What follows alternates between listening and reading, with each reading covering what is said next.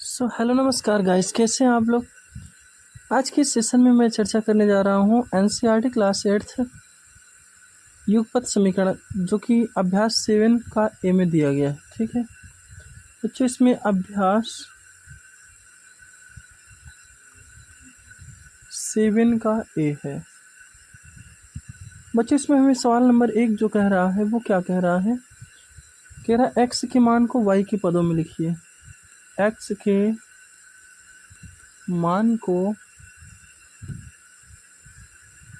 Y के पदों में लिखिए। तो बच्चों, इसको हम लोग कैसे हल करेंगे, तो आइए देखते हैं पहला सवाल क्या कह रहा है। X minus Y is equal to 4 दिया है।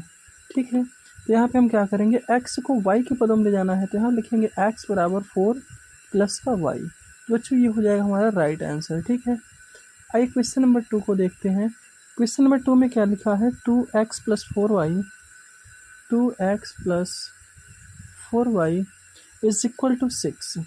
तो इसको हम लोग कैसे करेंगे, 2x is equal to 6 minus का 4y। और ये 2x सॉरी यहाँ पे हो जाएगा x इज इक्वल टू, इसमें से हम 2 कॉमन ले सकते हैं, तो 2 कॉमन किए तो 3 माइनस 2y, और ये बटे में 2 आ जाएगा, और 2 से 2 को हम लोग कैंसिल कर देंगे। तो x बराबर हमारा क्या बचेगा, x बराबर 3 माइनस का 2y जो है बच जाएगा। ठीक है बच्चे, क्वेश्चन नंबर 3 को देखते हैं। क्वेश्चन नंबर 3 क्या कह रहा है।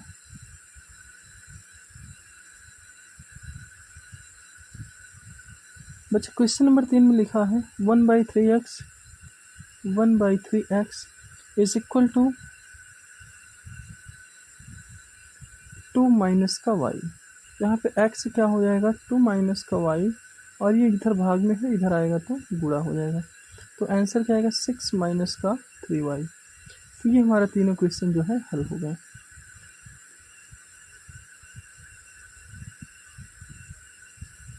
बच्चों, सेकंड नंबर में क्या कह रहा है, दूसरे नंबर में क्या कह रहा है। इसमें कह रहा है कि y के मान को x के पदों में लिखिए। y के मान को x के पदों में लिखिए। बच्चों, इसको हम लोग कैसे हल करेंगे, वीडियो को आप लोग ध्यान से देखिए, और वीडियो अच्छा लगे तो आप लोग वीडियो को लाइक करें और इस चैनल को जो है सब्सक्राइब करें। ठीक है, तो पहला नंबर इसमें सवाल क्या लिखा है, 5x माइनस का y और बराबर में दे रखा है 9। अब की बार हमें क्या कह रहा है, y को x के पदों में, तो हम y को इधर रोकते हैं, तो ये क्या हो जाएगा हम लोग का, y is equal to 9 minus का 5x, और इस प्रकार से जो है ये हमारा आंसर आ गया। बच्चों, क्वेश्चन नंबर 2 में क्या लिखा है, क्वेश्चन नंबर 2 में लिखा है 6x minus 2y 6x minus का 2y इज इक्वल टू 10। ठीक है, तो इसको कैसे करेंगे हम लोग, तो y को हम उधर ले जाएंगे तो ये माइनस से प्लस हो जाएगा, तो ये बन गया 2y, और 6x अपने प्लेस में है, 10 इधर आ जाएगा तो माइनस का 10। तो बच्चों, यहाँ से 2y बराबर, यहाँ पे हम क्या कर सकते हैं, 2 कॉमन करेंगे तो ये 3x माइनस का 5, और ये y इज इक्वल टू क्या हो जाएगा 2, 3x माइनस का 5/2, और इस 2 से 2 को हम लोग कैंसिल करेंगे तो जो y होगा वो 3x माइनस का 5 हो जाएगा, और यही हमारा क्या हो जाएगा बच्चों, राइट आंसर हो जाएगा। ठीक है बच्चों, क्वेश्चन नंबर 3 को देखते हैं, इसमें क्या कह रहा है। बच्चों, क्वेश्चन नंबर 3 में लिखा है 2x plus 1/2y 2x plus 1/2y is equal to 4। तो बच्चों, यहाँ से 1/2y हो जाएगा, और ये 4 माइनस का 2x हो जाएगा। बच्चों, y बराबर क्या है, यहाँ से लिखेंगे हम लोग 4 माइनस का 2x, और ये भाग में इधर 2 है तो इधर आएगा तो क्या हो जाएगा हम लोग का गुणा हो जाएगा, तो ये हो जाएगा 8 माइनस का 4x। तो ये हो जाएगा हम लोग का राइट आंसर। बच्चों, आइए अगले सवाल की बात करते हैं। तो अगले सवाल में क्या कह रहा है, हल कीजिए सारणी विधि से। बच्चों, सवाल नंबर 3 में क्या कह रहा है, सारणी विधि से हल कीजिए। बच्चों, सारणी विधि से कैसे हल करेंगे, आइए हम लोग सवाल से ही सीखते हैं। ठीक है, तो पहला सवाल जिसमें दिया है x प्लस वाई में 4 दिया है और 5x + 12 वाई में दिया है 13, यानी ये 13 दिया है। तो बच्चों इसको हम लोग कैसे हल करेंगे, तो हम लोग यहाँ पे मान लेते हैं इसको समीकरण नंबर 1 और इसको मान लेते हैं समीकरण नंबर 2। ठीक है, तो पहले यहाँ लिखते हैं समीकरण 1 से। बच्चों समीकरण 1 से क्या हो जाएगा, x + y = 4। अब यहाँ पर हम लोग बना देते हैं छोटा सा प्यारा सा अपना टेबल। ठीक है बच्चों, आप लोग ध्यान से सीखिएगा, अक्सर ही बच्चे यहाँ पे गलती कर देते हैं कैसे मान रखा जाए। तो यहाँ पर हमने रख दिया x और यहाँ लिख दिया y। अब बच्चों हमें इसमें फीड करना है कि x क्या रखा जाए, y। तो इसमें आपको एक वैल्यू अपने से रखना होता है। चलिए हम यहाँ पे लेते हैं x = 0 लेने पर। जैसे हम यहाँ पे x = 0 रखें तो y क्या होगा, तो ये 0 बना देगा पूरा, और ये y जो हो जाएगा 4 के बराबर में हो जाएगा। ठीक है बच्चों, इसी प्रकार बच्चों हम एक बार 1 ले लेंगे। तो यहाँ पे x बराबर हमने जब 1 रखा तो y क्या हो जाएगा, 3 हो जाएगा। इसी प्रकार बच्चों जब हम यहाँ पे 2 लेंगे तो यहाँ पे ये 2 इधर आएगा, घटाना हो जाएगा, 4 में से 2 घटेगा तो 2। तो इसी प्रकार हम लोग अब 4 ले लेते हैं। तो 4 लेंगे तो यहाँ पे 0 आ जाएगा, और यहाँ 5 लेंगे तो ये आ जाएगा -1। ठीक है बच्चों, इसी प्रकार हम लोग क्या करेंगे, यहाँ से करते हैं। इसी प्रकार समीकरण 2 से, समीकरण 2 से क्या हो जाएगा, तो ये दिया है 5x + 12y = 13। तो इसके लिए हम लोग क्या बनाएंगे, एक ठो टेबल बनाएंगे, और इस टेबल को हम लोग फीड करते हैं x और y से। तो यहाँ x और यहाँ पे y। तो बच्चों यहाँ पे यदि हम x = 0 लेंगे तो y हमारा क्या आएगा, 13/12 आ जाएगा। यहाँ पर अगर हम लोग 5 ले, सॉरी यहाँ पे चलिए 2 लेते हैं, 2 लेंगे तो 10 हो जाएगा। 13 में से 10 घटा 3, 3/12 आ जाएगा।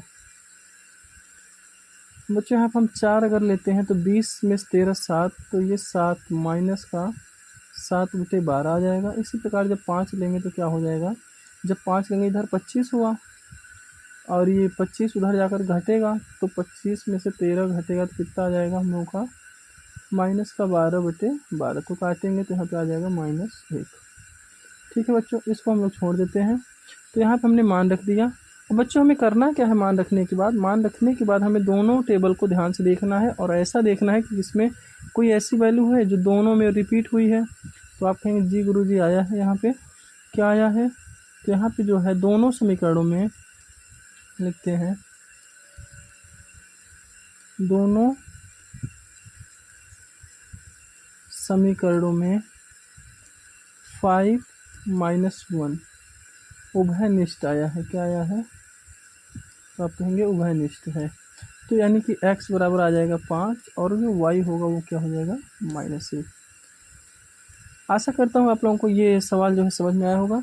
बच्चों इसी प्रकार सवाल नंबर जो है हम लोग 2 को देखते हैं। सवाल नंबर 2 कैसे होगा, तो आइए सवाल नंबर 2 को देखते हैं।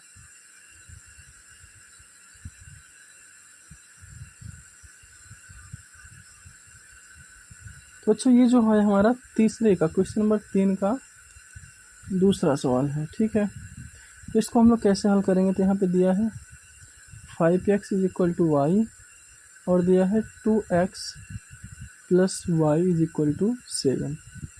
ठीक है बच्चों, तो वही प्रक्रिया करना है जैसे अभी हमने किया था। इसको मान लेंगे समीकरण 1, इसको मान लेते हैं समीकरण 2।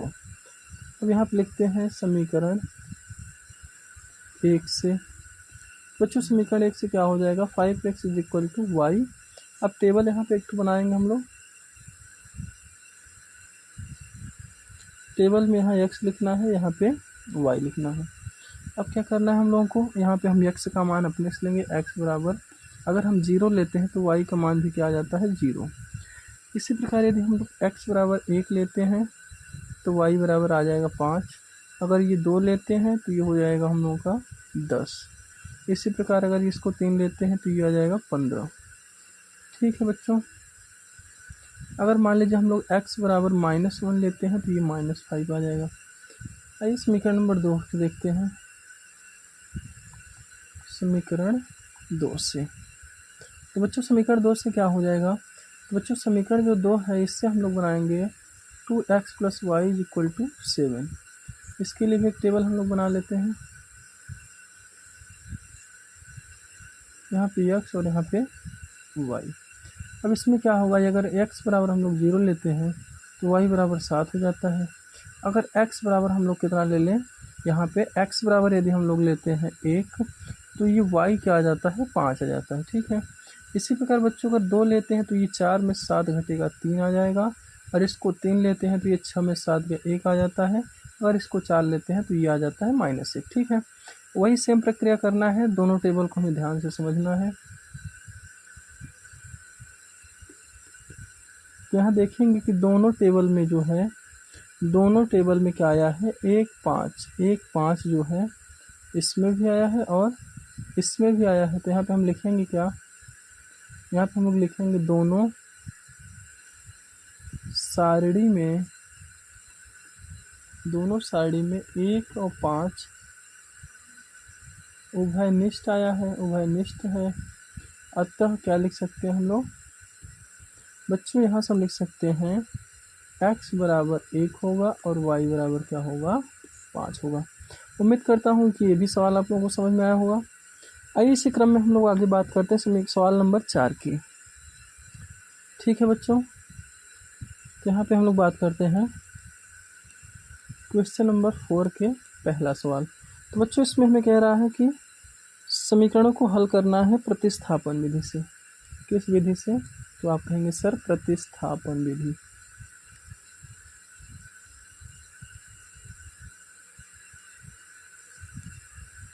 बच्चों यहाँ पे हमें ध्यान रखना होगा प्रतिस्थापन विधि क्या होता है, तो हम इसी सवाल के माध्यम से आप लोगों को सिखाने का प्रयास करते हैं और उम्मीद करूँगा कि आप लोग को सवाल ये समझ में आएगा। ठीक है, तो x minus Y is equal to 4 दिया है और ये दिया है 3x plus 2y, 3x plus 2y is equal to 27। जिसको यहाँ पे समस्या होगा क्वेश्चन में, तो आप लोग अपना यूपी बोर्ड का जो है, यूपी बोर्ड का आप लोग मैथ 8 का बुक से सवाल को मिला लेंगे। ठीक है,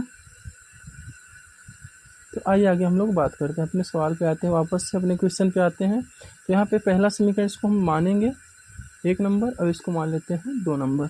यहाँ बच्चों लिखेंगे समीकरण 1 से, किससे, समीकरण 1 से। तो समीकरण 1 से क्या हो जाएगा, यहाँ पे बच्चों समीकरण 1 से हम लिख सकते हैं x minus Y is equal to 4 और x बराबर क्या हो जाएगा 4 प्लस का y। ठीक है बच्चों, इसको हम मान लेते हैं समीकरण नंबर 3। प्रतिस्थापन में क्या होता है कि हमें एक वैल्यू से मान निकाल करके दूसरी वैल्यू में पुट करना होता है। तो समीकरण 3 आ गया, यहाँ पे लिखेंगे, यहाँ पे अब लिखेंगे हम लोग समीकरण 3 से x का मान समीकरण 2 में रखने पर, समीकरण 2 में रखने पर। ठीक है, तो बच्चों समीकरण 2 क्या है हमारा, समीकरण 2 है 3x plus 2y is equal to 27। तो जहाँ पे आपको x दिखे वहाँ पे 4 प्लस वाई रख दीजिए। तो यहाँ हो जाएगा 4 plus Y plus 2y is equal to 27। आइए आगे बात कर लेते हैं। तो ये हो जाएगा 3 चौके 12 प्लस 3y और ये 2y एक बराबर में आ जाता है हमारा 27। अब बच्चों हमें क्या करना है, सजाती को एक तरफ करना है, यानी कि चर को एक तरफ करना है, चर को एक तरफ। तो ये हो जाएगा 3 और 2 जोड़ करके हमारा कितना बना देगा, ये 3 और 2 मिल करके जो है 5 बना दे। तो यहाँ हो जाता है 5y और ये 27 माइनस का 12। तो 5y बराबर यहाँ पे हम लोग घटा देते हैं बच्चों। यहाँ पे 5y बराबर क्या हो जाएगा, 7 में से 2 घटाएंगे 5 और ये 1 15। तो y बराबर 15/5, यानी कि इसको हम लोग काटेंगे तो कितना आ जाता है, आप कहेंगे सर 3 आ जाएगा। ठीक है, बहुत सही आप लोग बताए हैं। तो y बराबर क्या हो जाएगा, 3 आ जाएगा। अब इसी प्रकार हम लोग x का मान निकाल लेते हैं। तो बच्चों x का मान कैसे निकालेंगे, तो बस हमें करना क्या है कि y के मान को समीकरण 3 में रख देना है धीरे से और उत्तर आ जाएगा। यहाँ लिखते हैं y का मान समीकरण 3 में रखने पर, तो जैसे हमने y का मान समीकरण 3 में यहाँ पे रखेंगे तो x बराबर क्या हो जाएगा 4 प्लस वाई की जगह 3, यानी कि x बराबर कितना आ गया 7। तो बच्चों इस सवाल का जो हम लोग का आंसर आएगा वो क्या आएगा, y का मान 3 आएगा और x का मान कितना आ जाएगा 7। ठीक है, उम्मीद करता हूँ आप लोगों को ये सवाल समझ में आया होगा और आप लोग इस तरह के सवाल को जो है अब मिनटों में उड़ा सकते हैं। ठीक है बच्चों, तब तक के लिए धन्यवाद, मिलते हैं हम लोग अगले वीडियो में।